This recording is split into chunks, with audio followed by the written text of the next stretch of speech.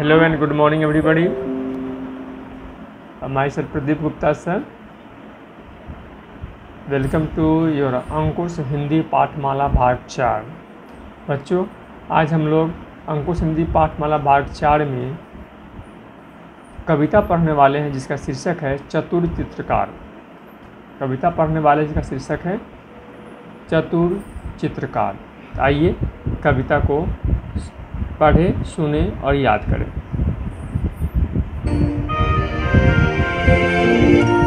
पाठ 8 चतुर चित्रकार।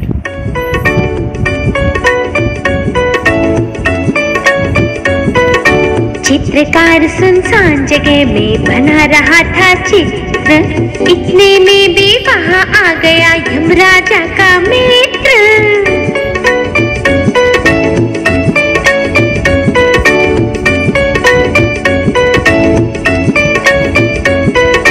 उसे देखकर चित्रकार के तुरंत उड़ गए होश।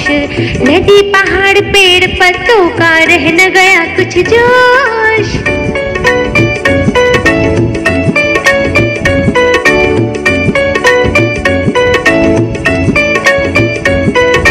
फिर उसको कुछ हिम्मत आई, देख उसे चुपचाप बोला, सुंदर चित्र बना दूं, बैठ जाइए आप।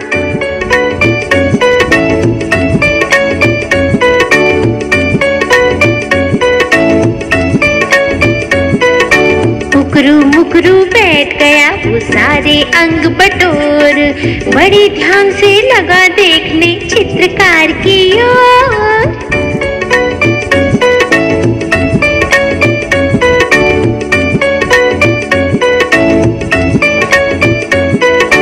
चित्रकार ने कहा हो गया आगे का तैयार, अब मुँह आप उधर तो करिए जंगल के सरदार।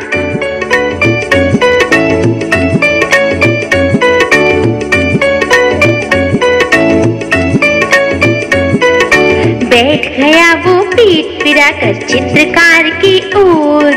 चित्रकार चुपके से खिसका जैसे कोई चोर।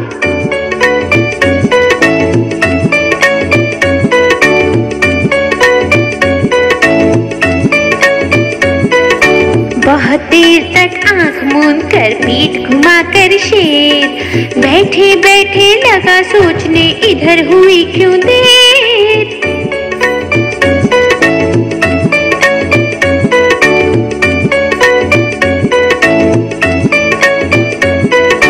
झील किनारे नाव लगी थी, एक रखा था बांस। चित्रकार ने नाव पकड़ कर ली जी भर के सांस।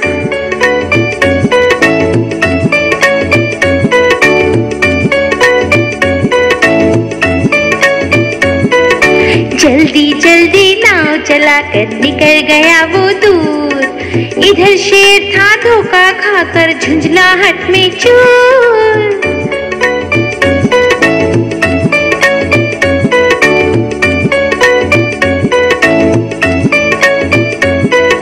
शेर बहुत खिसिया कर बोला, नाव जरा ले रोक, कलम और कागज तो ले जा रे कायर डरपोक।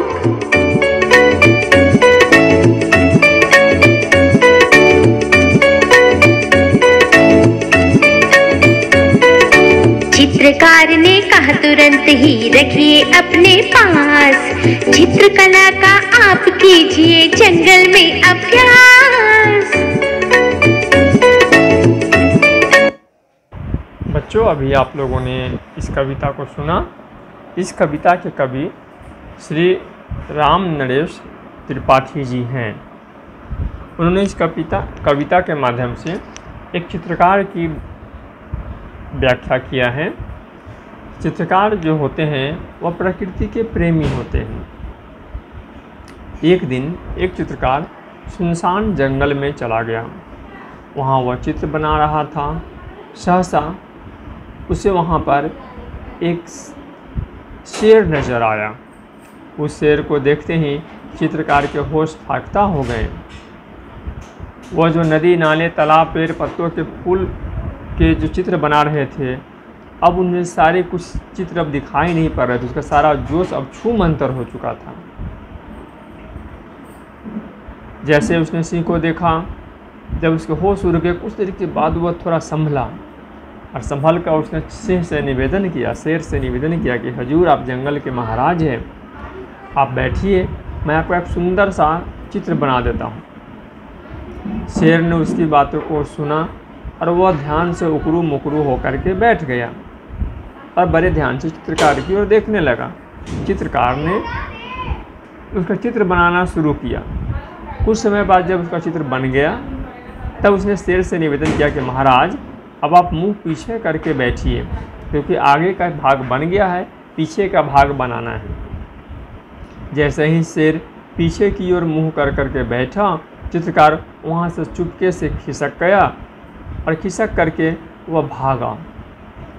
शेर बहुत देर तक वहाँ बैठा रहा। जब उसे कुछ शक हुआ तो उसने नज़र घुमा करके देखा, तो वह देखा कि चित्रकार तो यहाँ से चंपत हो चुका है, 9-2-11 हो चुका है। चित्रकार बगल में जो झील थी वहाँ पर एक नाव लगी थी, वह उस नाव में बैठ गया। चप्पू रखा था बांस का चप्पू चला कर वह दूर निकल गया। जब शेर ने उसे भागते हुए देखा तो खिसिया करके झुंझला करके उसने कहा कि अरे डरपोक, अरे कायर, तुम जरा यहाँ तो आ, नाव तो रोक ले, अपना कागज़ पेंसिल तो ले जा। चित्रकार था होशियार, उसने राजा शेर से कहा कि महाराज इस कागज़ और पेंसिल को आप ही रख लीजिए, इससे आप चित्रकला का अभ्यास कीजिएगा। तो बच्चों, इस कविता के द्वारा कवि रामनाथ त्रिपाठी हम सभी को बताना चाहते हैं कि हम कितने भी विकट परिस्थिति में क्यों ना हो, यदि हम अपने आप को संभाल लें, अपनी मनस्थिति को ठीक रखें, तो हम सभी बड़ी से बड़ी मुसीबतों को, विपत्तियों से हम पार पा सकते हैं। बच्चों आइए अब हम लोग मौखिक प्रश्न का उत्तर करेंगे। चित्रकार कहाँ पर चित्र बना रहा था? चित्रकार कहाँ पर चित्र बना रहा था? तो चित्रकार सुनसान जगह पर चित्र बना रहा था। चित्रकार सुनसान जगह पर चित्र बना रहा था। कवि ने शेर को यमराज का मित्र क्यों कहा है? कवि ने शेर को यमराज का मित्र इसलिए कहा है कि यमराज मृत्यु का देवता है। उसी प्रकार शेर के सामने आ जाने से चित्रकार की मृत्यु निश्चित थी, इसलिए कवि ने शेर को यमराज का मित्र कहा है। शेर किस प्रकार बैठकर अपना चित्र बनवाने लगा? शेर किस प्रकार बैठकर अपना चित्र बनवाने लगा? शेर उकरू मुकरू बैठकर और अपने अंग समेटकर चित्र बनवाने लगा। चित्रकार जब भागने लगा तो शेर ने क्या कहा? चित्रकार जब भागने लगा तो शेर ने उसे कायर और डरपोक कहा।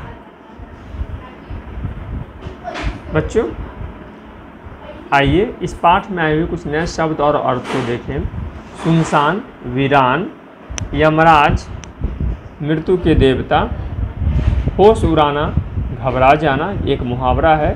उकरू मुकरू बैठना, बैठने के ढंग जिसमें घुटने मुड़कर छाती के पास बैठ जाते हैं। झुंझलाहट होना, चिड़चिड़ा जाना, गुस्सा होना, खिसिया करके, नाराज होकर के, कायर, डरपोक। अभ्यास, किसी काम को बार बार करना। अभ्यास पाठ ज्ञान। निम्नलिखित प्रश्नों के उत्तर दीजिए। शेर को देखकर चित्रकार की क्या हालत हो गई? शेर को देखकर चित्रकार के होश उड़ गए। उसका नदी, पहाड़ों, पेड़ों तथा पत्तों के चित्र बनाने का जोश ठंडा पड़ गया। शेर पीठ पिराकर क्यों बैठा? शेर अपने पिछले भाग का चित्र बनवाने के लिए पीठ फेर कर बैठ गया। सिंह ने चित्रकार को कायर और डरपोक कहा। आपकी दृष्टि में चित्रकार कैसा था?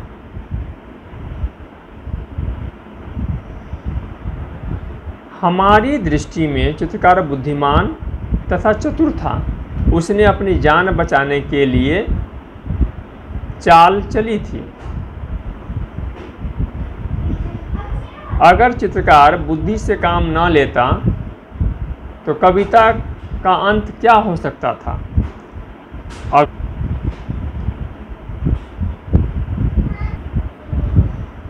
अगर चित्रकार बुद्धि से काम न लेता तो शेर चित्रकार पर हमला करके उसे मार सकता था। कविता की पंक्तियां पूरा कीजिए। चित्रकार ने कहा, हो गया आगे का तैयार, अब मुंह आप उधर तो करिए जंगल के सरदार। शेर बहुत खिसिया कर बोला, नाव जरा ले रोक, कलम और कागज तो ले जा रे कायर डरपोक। चित्रकार ने कहा, हो गया आगे का तैयार, अब मुंह आप उधर तो करिए जंगल के सरदार। शेर बहुत खिसिया कर बोला, नाव जरा ले रोक, कलम और कागज तो ले जा रे कायर डरपोक। सही वाक्य के सामने सही तथा गलत वाक्य के सामने गलत का निशान लगाइए। चित्रकार के सामने शेर आ गया था, सही बात है। चित्रकार ने शेर को चित्र बनाने का सुझाव दिया, सही बात है। चित्रकार जंगल से नाव पर चढ़कर भाग गया, सही बात है। शेर चित्रकार की ओर मुंह करके बैठ गया, पहले मुंह करके बैठा था, बाद में मुंह घुमा करके बैठ गया, तो ये गलत बात हो गया। चित्रकार ने विपत्ति का सामना बुद्धि से किया, बिल्कुल सही बात है।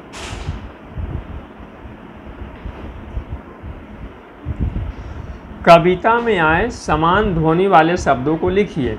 चित्र के जैसा एक शब्द आया था बच्चों, आपको याद होगा, मित्र।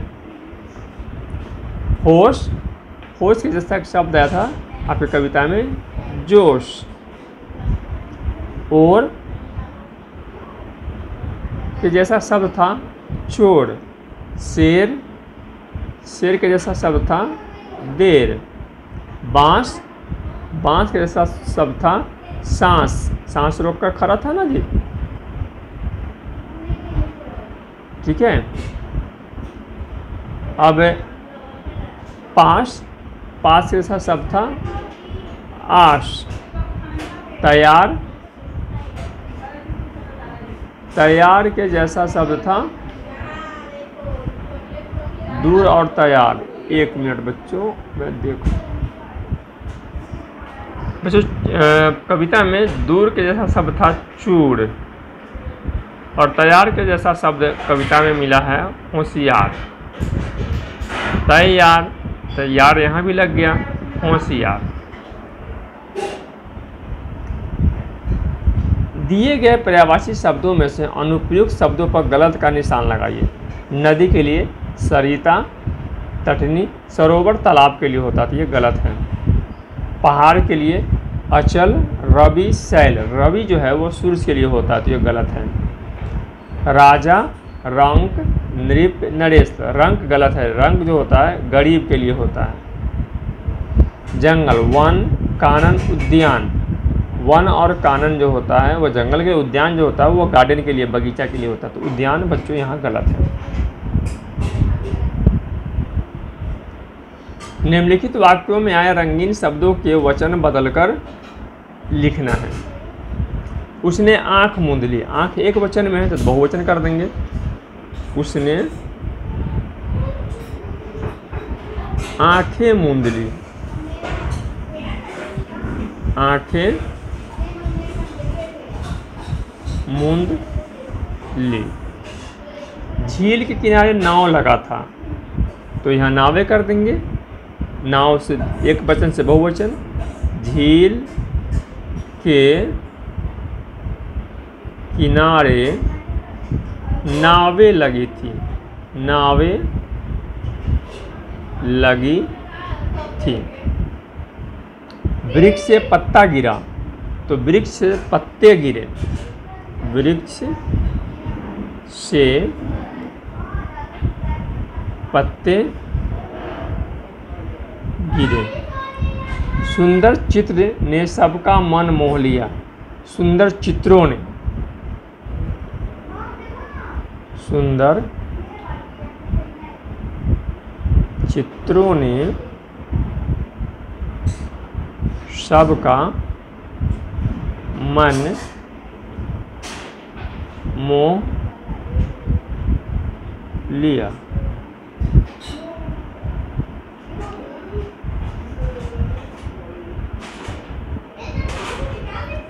चित्र शब्द से अन्य शब्द बनाई, जैसे कि चित्रकला, तो चित्रकला, चित्रालय, चित्रालय, चित्रकार, चित्रपट,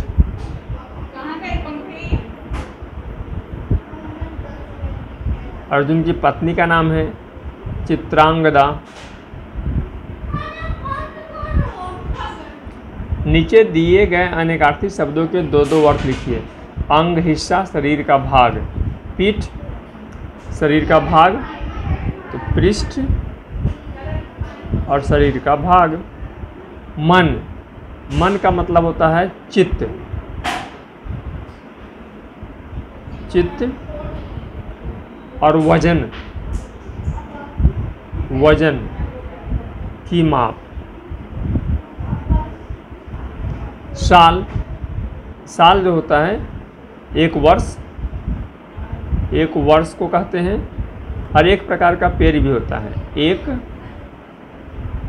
प्रकार का पेड़। हर, हर का मतलब होता है प्रत्येक, और हर भिन्न का हिस्सा, भिन्न का भाग, भिन्न का भाग को भी हर कहते हैं। वाचन कौशल, चित्रकार ने बुद्धि से काम लिया, इसके लिए उसके प्राण बच गए, इसे ही चतुराई कहते हैं। चतुराई से भरी कोई कहानी और घटना अपनी कक्षा में सुनाना है तो बच्चों इस बारे में सीख करके समझ करके आप रखिएगा, स्कूल खुलने पर अपनी कक्षा में इसे सुनाइएगा आपकी कलम से। कविता में आपने पढ़ा कि चित्रकार ने बुद्धि का प्रयोग किया, अपने से ताकतवर शत्रु को धोखा दे दिया और अपनी जान बचाई। नीचे दिखाई गई कहानी को समझिए और उसे अपने शब्दों में लिखिए। आप अपनी कहानी, एक टोपी वाला था, उसके थैले में अनेक टोपियां थी। एक बार वह जंगल से जा रहा था, थोड़ी देर आराम करने के लिए वो पेड़ के नीचे रुका, उसे नींद आ गई। बंदरों ने की निगाह टोपियों के थैले पर पड़ी। बंदरों ने टोपियाँ उसके थैले से निकाल ली और पहन लिया। आराम करने वाले के बाद टोपी वाले की निगाह अपने थैले की ओर गई। उसने वहाँ टोपियों को नहीं पाया। तब उसे चींची खींची करते बंदरों की आवाज़ सुनाई दी। जब उसने ऊपर देखा, सारे बंदर उसके टोपियों को पहन रखे थे।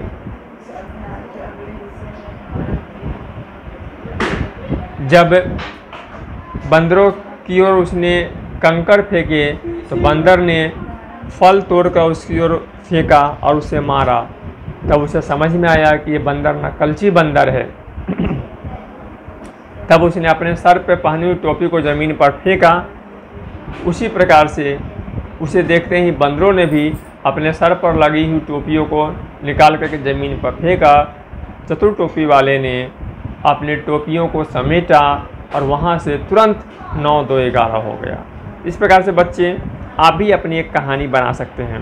तो मुझे उम्मीद है कि आपको ये कहानी और इसके पहले की कविता काफ़ी पसंद आई होगी। इस वीडियो को सुनिए, समझिए और प्रश्नोत्तर को अपनी कॉपी में बनाइए, वीडियो को लाइक कीजिए और आपके जितने भी मित्र हैं उन तक ये वीडियो शेयर करिए। Thank you for watching. Good bye.